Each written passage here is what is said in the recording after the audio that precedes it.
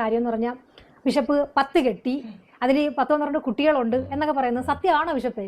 അതായത് ഈ സന്ദീപ് എടപ്പാൾ എന്ന് പറയുന്ന ഒരു യൂട്യൂബർ, അദ്ദേഹം റെയർ റീൽസ് എന്ന് പറയുന്ന ഒരു ചാനലിലൂടെ നിരവധി കഴിഞ്ഞ 13-ാം തീയതി മുതലാണ് നിരവധി വീഡിയോകൾ എനിക്ക് എഗനസ്റ്റായിട്ട് ഇടാൻ കാരണം. ഞാൻ അദ്ദേഹത്തെ കണ്ടിട്ടില്ല, അദ്ദേഹത്തെ പരിചയമില്ല, എനിക്ക് അറിയത്തില്ലാത്ത ആളാണ്, ഞാൻ നേരിട്ട് അറിയത്തില്ലാത്തൊരു മനുഷ്യനാണ്.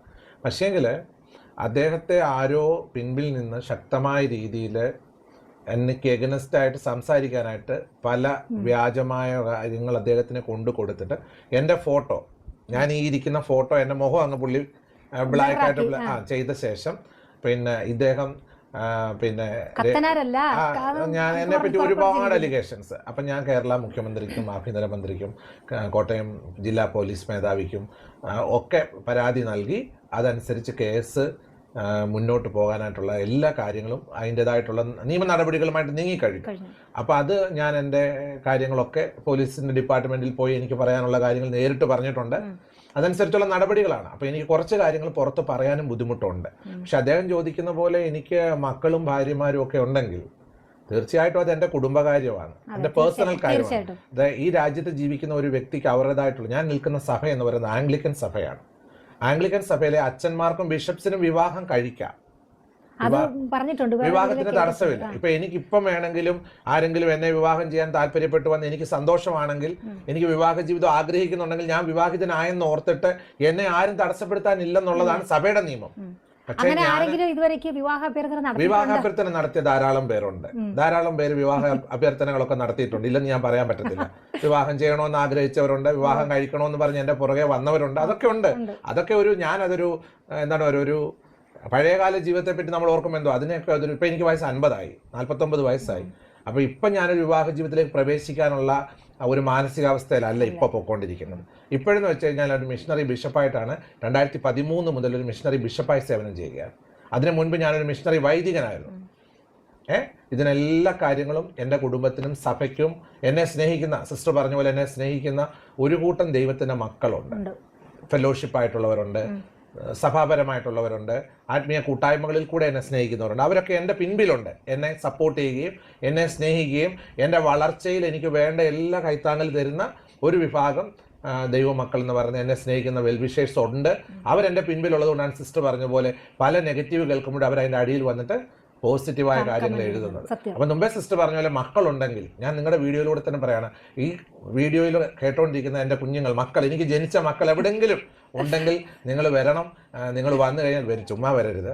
വരുമ്പോൾ നിങ്ങൾ DNA ടെസ്റ്റുള്ള റിപ്പോർട്ട് റിസൾട്ട് അതെല്ലാം ലീഗലായിട്ടുള്ള, ഇപ്പം ഭാര്യമാരെന്ന് പറഞ്ഞവരുണ്ടെങ്കിൽ ഞാൻ എടുത്തു പറയാം, അവർ വരട്ടെ, എനിക്ക് സന്തോഷം അവർ വരുന്ന. പക്ഷെ വരുമ്പോൾ അവരെന്ത് ചെയ്യണം, എൻ്റെ വിവാഹ സർട്ടിഫിക്കറ്റ് കാര്യങ്ങളെല്ലാം ആയിട്ട് എൻ്റെ മുമ്പിൽ വരണം. ഞാൻ ഇതുപോലെ നിങ്ങൾ ചാനലുകളെ വിളിച്ച് കാണിക്കുന്ന എൻ്റെ ഭാര്യമാരായിട്ടുള്ളവരെല്ലാം വന്നിട്ടുണ്ട്, ഞാൻ അവരെ എല്ലാം സ്വീകരിച്ചിരിക്കുന്നു, അവരെന്നോടൊപ്പം ജീവിക്കാൻ വന്നിരിക്കുന്നു, മക്കളും വന്നിട്ടുണ്ട്, അവരെ സ്വീകരിച്ചു. കാരണം എൻ്റെ സഭ വിവാഹത്തിനെതിരല്ല, വിവാഹം ചെയ്യുന്നതിന് തടസ്സമല്ല. അപ്പൊ പിന്നെ ഞാൻ എന്തിനു ഭയപ്പെടണം? എനിക്ക് പേടിയില്ല. പിന്നെ എനിക്ക് നിഗൂഢതകൾ ഒളിച്ചിരിക്കുന്നു എന്ന് പറഞ്ഞാൽ എന്നോട് നിഗൂഢത വളരെ സിമ്പിളായിട്ടാണ്, എന്നെ സിമ്പിളച്ചൻ എന്നാ പുള്ളി അതിനകത്ത് പേരിട്ടു. വളരെ സിമ്പിളായിട്ടാണ് ആൻസർ ചെയ്ത്, ചിരിച്ചോണ്ട് ആൻസർ പറയുന്നത്. കാരണം ഞാൻ ആരെയും പീഡിപ്പിച്ചിട്ടില്ല, ഒരു സ്ത്രീകളെ ഞാൻ പീഡിപ്പിച്ചിട്ടില്ല. ഒരു പീഡന കേസിൽ പ്രതിയായിട്ടുള്ള വൈദികനല്ലായിരുന്നു ഞാൻ. ഒരു സ്ത്രീ പീഡന കേസുകളിലൊന്നും കേരളത്തിൽ ഞാൻ പ്രതിയായിട്ടില്ല ഈ നാളിതുവരെ. ഒരു പീഡന കേസിലും പ്രതിയല്ല. പിന്നെ എനിക്ക് എന്ത് ഭയപ്പെടണം? പിന്നെ വളരെ അലിഗേഷൻസ് ഒരു വ്യക്തിയെ പറ്റി, ഇപ്പം നമ്മുടെ പ്രധാനമന്ത്രിയെ പറ്റി പറയാറില്ലേ, മനുഷ്യനായി ജീവിക്കുന്നത്, തനിച്ചാ താമസിക്കുന്നത്, നിങ്ങൾ ഈ നാട്ടിൽ അന്വേഷിച്ചിട്ടേ പോകാവൂ. ഒരാളെ ഞാൻ ഒരു പേര് കേൾപ്പിച്ചിട്ടില്ല. ഒരു സിസ്റ്റർ ഇവിടെ വരുമ്പോൾ അന്വേഷിച്ചാൽ മതി, ഒരു പേര് കേൾപ്പിച്ചിട്ടുണ്ടോ? ശാന്തമായ എൻ്റെ ജീവിതം നോക്കി ഒരൊറ്റയ്ക്ക് ജീവിക്കുന്ന ഒരാളാണ്. പറയുന്നവർ പറഞ്ഞോട്ടെ. എൻ്റെ ജോലി എന്ന് വെച്ചാൽ മുമ്പേ പറഞ്ഞു, സിസ്റ്റർ മുമ്പേ ചോദിച്ച ചോദ്യത്തിന്, ഇപ്പോൾ സിസ്റ്റർ രേണുസുതിക്ക് വന്നിരിക്കുന്ന ഈ രോഗാവസ്ഥ, ദയനീയമായ വേദനയുടെ അവസ്ഥ, ആ മാതാപിതാക്കളും സഹോദരിയും ഒക്കെ ഇവിടെ വന്നു, രേണു സിസ്റ്റർ ഇവിടെ വന്നു, എന്നെ കണ്ടു, പ്രാർത്ഥനയ്ക്ക് അപേക്ഷിച്ചു. ഞാൻ അവരുടെ വീട്ടിൽ പോയി അവരെ പ്രാർത്ഥനയിലാണ് ചേർത്ത് നിർത്തിയത്. ഞാൻ അവർക്ക് സാമ്പത്തികമായിട്ടൊന്നും ഞാൻ അവരെ സഹായിച്ചിട്ടില്ല, സത്യസന്ധമായിട്ടാണ് പറയുന്നത്. ഞാൻ രേണുസുതിയുടെ കുടുംബത്തിനെ സാമ്പത്തികമായി സഹായിച്ചിട്ടില്ല. പക്ഷേ ഞാൻ പ്രാർത്ഥനയിൽ അവർക്ക് വേണ്ട എല്ലാ കൈത്താങ്ങലും, പ്രാർത്ഥനയിൽ എപ്പോൾ ഒരു കൂട്ടായ്മ അവർക്ക് ആവശ്യമുണ്ടെന്ന് പറഞ്ഞാൽ എനിക്ക് സമയമുള്ളപ്പോൾ ഞാൻ ഓടി അവിടെ ചെന്ന് ആ കുടുംബത്തെ പ്രാർത്ഥനയിൽ ഓർക്കണം. അതെന്റെ ജോലിയുടെ ഭാഗമാണ്. ഞാനൊരു മിഷണറിയായി ജീവിക്കുക, അത് ഞാൻ ചെയ്യാറുണ്ട്. അതിനും ഞാൻ ഒത്തിരി ക്രൂശീകരണം. ഇപ്പൊ അവര് പറയുന്ന നിലപാടില്ലാത്ത നിലപാടെന്ന് പറഞ്ഞു കഴിഞ്ഞാൽ, ഒരാൾക്കിപ്പം ആരാണേലും, ഇപ്പൊ ഒരാള് വയ്യാതെ രോഗാവസ്ഥയിൽ അവനെ ഇപ്പം നമ്മളോട് ശത്രുതയുള്ളൊരു വ്യക്തി അവർക്ക് വയ്യാന്ന് കേൾക്കുമ്പോൾ ഞാൻ അവർ അരികിലേക്ക് ഓടിയെത്തും. അതാണ് എൻ്റെ ഒരു മനുഷ്യത്വമായിട്ട് ഞാൻ. രേണുവിനെ കുറ്റം പറഞ്ഞവരും തള്ളിക്കളഞ്ഞവരും ഒക്കെ രേണുവിന് വേണ്ടിയിട്ട് ഇപ്പൊ പ്രാർത്ഥിക്കുകയാണ്. കാരണം ആ രേണുവിന്റെ ഒരു അവസ്ഥ ആ ഒരു രീതിയിലാണ്. അത് രേണുവിനെ കണ്ടു കഴിഞ്ഞാൽ നമുക്ക് എല്ലാവർക്കും ഇപ്പൊ സങ്കടമാണ് വരുന്നത്. എങ്ങനെയെങ്കിലും ആ കുട്ടി ജീവിതത്തിലേക്ക് തിരിച്ചു കയറണമേ എന്നാണ് എല്ലാവരുടെയും പ്രാർത്ഥന. ആ റിതപ്പ് എന്ന് പറയുന്നത് ചെറിയൊരു കുഞ്ഞാണ്, അച്ഛൻ പോലും ഇല്ല. ആ കുഞ്ഞിനെ വളർത്തിയെടുക്കണം. അത് ആരുടെ കയ്യിൽ സുരക്ഷിതമായിട്ടിരിക്കും. ബിഷപ്പിന്റെ റെക്കോർഡിങ്സ് ഫുള്ള് പുറത്ത് വിടാൻ പോവാന്ന് പറഞ്ഞു. രേണുസുധിയുടെ ഫാമിലി പറഞ്ഞു ഞങ്ങൾക്ക് എതിരായിട്ട് എന്തെങ്കിലും പറഞ്ഞിട്ടുണ്ടെങ്കിൽ ഒരു കുഴപ്പമില്ല. ഞാൻ ഇപ്പോഴും കൈ കൂപ്പി പിടിച്ചോണ്ട് പറയാ, നാളിതുവരെ ആയിട്ടും 49 വയസ്സെനിക്ക് ഒരു സ്ത്രീയോടും മോശമായ ഒരു വാക്ക് ഞാൻ പറഞ്ഞിട്ടില്ല. ഒരു സ്ത്രീയോടും ബഹുമാനമില്ലാതെ സംസാരിച്ചിട്ടില്ല. സിസ്റ്ററോടാണെങ്കിലും സിസ്റ്ററിനെ ഞാൻ ഇന്നും അന്നും എന്നും വിളിച്ചിട്ടുണ്ട്. ആ ബഹുമാനം ഞാൻ കീപ്പ് ചെയ്തു. കാരണം ഞാനൊരു സഭയുടെ ഉന്നതമായ സ്ഥാനത്തിരിക്കുന്ന ഒരാളാണ്. ഒരു സ്ത്രീകളോടും ഒരു മോശമായ വാക്ക് ഞാൻ പറയാറില്ല, കുഞ്ഞുങ്ങളോടും പറയാറില്ല. അവരെല്ലാം ചേർത്ത് നിർത്തി പ്രാർത്ഥിക്കുകയും ബഹുമാനിക്കുകയും ആദരിക്കുകയും ചെയ്തിട്ടേ ഉള്ളൂ. അതുകൊണ്ട് എനിക്ക് ആ കാര്യത്തിൽ എന്നെ നിങ്ങൾ ഭീഷണിപ്പെടുത്തണ്ടെന്നാ പറയാൻ വന്നേ.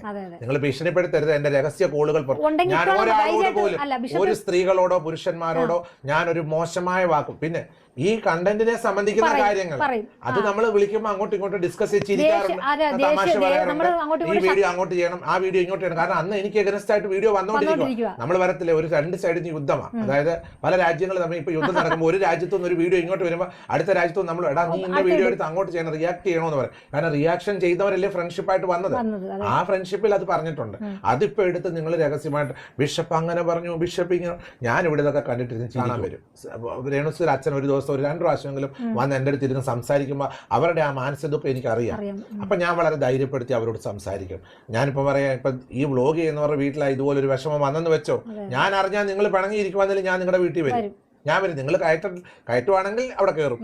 നിങ്ങളുടെ വീട്ടിലൊരു ദുഃഖം വന്നാലും ഞാൻ അറിഞ്ഞിട്ടുണ്ടെങ്കിൽ തീർച്ചയായിട്ടും നിങ്ങൾ എന്നെ വീട്ടിൽ കയറ്റുമെങ്കിൽ ഞാൻ വരും. നിങ്ങളുടെ ദുഃഖവേളയിലെ രോഗത്തിൻ്റെ അവസ്ഥയിൽ പ്രയാസത്തിൻ്റെ വേളയിൽ ഞാൻ നിങ്ങളുടെ വീട്ടിൽ വരും. നിങ്ങളെ ബ്ലോക്ക് ചെയ്ത് വെച്ചെന്ന് പറഞ്ഞ് എന്നെ ഭീഷണിപ്പെടുത്തുന്നതിൻ്റെ കാരണം ഞാൻ തുറന്നു പറഞ്ഞു, എനിക്ക് ഭയമാണ് നമ്മുടെ കോൾ റെക്കോർഡ്. അതുകൊണ്ട് ഈ കേൾക്കുന്ന പ്രേക്ഷകരോടും പറയാം, നമ്മളൊരു യൂട്യൂബേഴ്സിനെയോ വ്ളോഗേഴ്സിനെയോ നമ്മൾ വിളിക്കുന്ന സമയത്ത് പിന്നെ ഒന്ന് കെയർഫുൾ ആയിട്ടിരിക്കണം. എൻ്റെ അനുഭവം ഗുരുവാണ്. കാരണം പല വോയിസുകൾ പുറത്ത് വിട്ടതായിട്ടുള്ള ഇപ്പൊ പലയിടത്തും. അതുപോലെ ഒരു ദിവസം ഒരു ലേഡി എന്നെ ഫോണിൽ എന്നെ ഇങ്ങനെ വിളിച്ചിട്ട് ചോദിച്ചു, എന്നാ ഫാദറെ എങ്ങനെ എന്തോ. ഞാൻ എവിടുന്നാ വിളിക്കാൻ ചോദിക്കുമ്പോഴത്തേനും അവരെന്റെ കോള് റെക്കോർഡ് ചെയ്തു. 5 മിനിറ്റ് കൊണ്ട് ആ കോൾ അവർ കേരളത്തിലെ സോഷ്യൽ മീഡിയക്കാർക്ക് കൊടുത്തു. അപ്പൊ അങ്ങനെയുള്ള സഹോദരങ്ങൾ, സ്ത്രീകളായിക്കോട്ടെ പുരുഷന്മാരായിക്കോട്ടെ, അവരോട് നമുക്കൊന്നും പ്രതികരിക്കാനില്ല. ഒറ്റ കാര്യമുള്ളൂ, നിയമത്തിന്റെ വഴി നീങ്ങും. അതിന് സംശയം. കാരണം ഒരു വ്യക്തിയുടെ വ്യക്തിപരമായ ജീവിതത്തെയും പ്രൈവസിയെയും സൂക്ഷിക്കേണ്ടതായിട്ടുള്ള ചില നിയമങ്ങൾ ഈ രാജ്യത്തുണ്ട്. അത് വക്കീലാണ് കൃത്യമായിട്ട് എഴുതി എൻ്റെ കയ്യിൽ തന്നിട്ടുണ്ട്. അതാണ് നമ്മളിപ്പോൾ പ്രൊസീഡ് ചെയ്തുകൊണ്ടിരിക്കുന്നത്. അപ്പം അങ്ങനെ നമ്മുടെ സ്വൈര്യ ജീവിതത്തെ നശിപ്പിക്കും. നമ്മുടെ പേഴ്സണലി നമ്മുടെ വീട്ടിൽ ഇരിക്കുമ്പോഴാണ് നമ്മളെ ഫോണിൽ വിളിച്ചിട്ട് നമ്മുടെ ഫോൺ കോൾ എടുത്ത് ലീക്ക് ചെയ്ത് കൊടുക്കുക. അതൊരു ക്രിമിനൽ ഒഫൻസ് തന്നെയാണെന്നാണ് നിയമപാലകർ എന്നോട് പറഞ്ഞത്. തീർച്ചയായിട്ടും അത് പേഴ്സണലി അല്ല, നമ്മുടെ പെർമിഷനോട് കൂടി. ഇപ്പം സിസ്റ്ററിന്റെ വീഡിയോ ഇവിടെ വന്ന് എടുക്കുക ചെയ്യുന്നത്, അതിന്റെ അനുവാദത്തോടു കൂടിയാണ് സിസ്റ്റർ എടുക്കുന്നത്. ധൈര്യമായിട്ട് എന്നോട് ചോദിക്കുന്നു, ഞാൻ സന്തോഷത്തോടെ അതിന്റെ ഉത്തരങ്ങൾ പറയുന്നു. അത് നിങ്ങൾ വീഡിയോ കൊടുക്കണം. അത് റിയാക്ട് ചെയ്യുന്നതിനകത്ത് എനിക്ക് പേടിയില്ല. കാരണം അതിൻ്റെ അകത്ത് എൻ്റെ കാര്യങ്ങൾ ഞാൻ വളരെ ഹൃദയം തുറന്ന് സംസാരിച്ചിട്ടുണ്ട്. എന്നെ ഇതിലൂടെ കേൾക്കുന്ന സ്നേഹിക്കുന്ന പ്രേക്ഷകരോട് എനിക്കൊന്ന് മാത്രമേ പറയാനുള്ളൂ. എനിക്ക് എൻ്റെ സത്യാവസ്ഥ ഞാൻ വന്ന് ബോധിപ്പിച്ചു. എല്ലാവരും ഇത് വിശ്വസിക്കണമെന്നോ ഞാൻ പറഞ്ഞത് നിങ്ങൾ അംഗീകരിച്ചിട്ട് എന്നെ ലൈക്ക് ചെയ്യുക, കമൻറ്റ് ചെയ്യുക, എന്നെ സപ്പോർട്ട് ചെയ്തൊന്നും എൻ്റെ ആഗ്രഹമല്ല. സിസ്റ്റർ എന്നോട് ചോദിച്ചു, സിസ്റ്ററുടെ പ്രേക്ഷകർക്ക് വേണ്ടി പറയാം. ഞാനതെല്ലാം വളരെ കൃത്യമായി ഞാൻ നിങ്ങളോട് പറഞ്ഞിട്ടുണ്ട്. ബാക്കിയെല്ലാം തീരുമാനമെടുക്കേണ്ടതും എല്ലാം മേളിലിരിക്കുന്ന ദൈവവും പിന്നെ എന്നെ കേൾക്കുന്ന എന്നെ സ്നേഹിക്കുന്ന പ്രേക്ഷകരും, അവരുടെ മാത്രം സ്നേഹവും പിന്തുണയും പ്രാർത്ഥനയും ഞാൻ പ്രതീക്ഷിക്കുന്നു. അത് മാത്രം മതി. പിന്നെ നെഗറ്റീവ് പറയുന്നവരോട് നെഗറ്റീവ് കമൻറ്റ് എഴുതണ്ടെന്ന് ഞാൻ പറയുന്നില്ല. അത് നിങ്ങളുടെ ചോയ്സാണ്. നിങ്ങൾക്ക് നെഗറ്റീവ് കമൻറ്റ് എഴുതാനുള്ള സാഹചര്യമുണ്ട്, എഴുതാം. പോസിറ്റീവ് എഴുതുന്നവർക്കായിട്ട് താങ്ക്സ്. നെഗറ്റീവ് എഴുതുന്നവരോട് പിണക്കമില്ല. എല്ലാവരെയും സർവശക്തനായ ദൈവം അനുഗ്രഹിക്കട്ടെ എന്നുള്ള പ്രാർത്ഥനയും സ്നേഹത്തോടെ ഞാൻ നിർത്തുന്നു. നന്ദി, നമസ്കാരം. രോഗങ്ങൾ ആർക്കും ഏത് സമയത്ത് വേണമെങ്കിലും വരാം. എങ്കിലും ഈ ഒരു അസുഖം ആർക്കും, നമ്മുടെ ശത്രുക്കൾക്ക് പോലും ഉണ്ടാകരുത് എന്നാണ് നമ്മുടെ പ്രാർത്ഥന. എത്രയും പെട്ടെന്ന് രേണുവിന്റെ അസുഖങ്ങളെല്ലാം മാറ്റിയിട്ട് നല്ല ചുറുചുറുക്കോടെ നമ്മുടെ മുന്നിൽ എത്രയും പെട്ടെന്ന് വരാൻ സാധിക്കട്ടെ.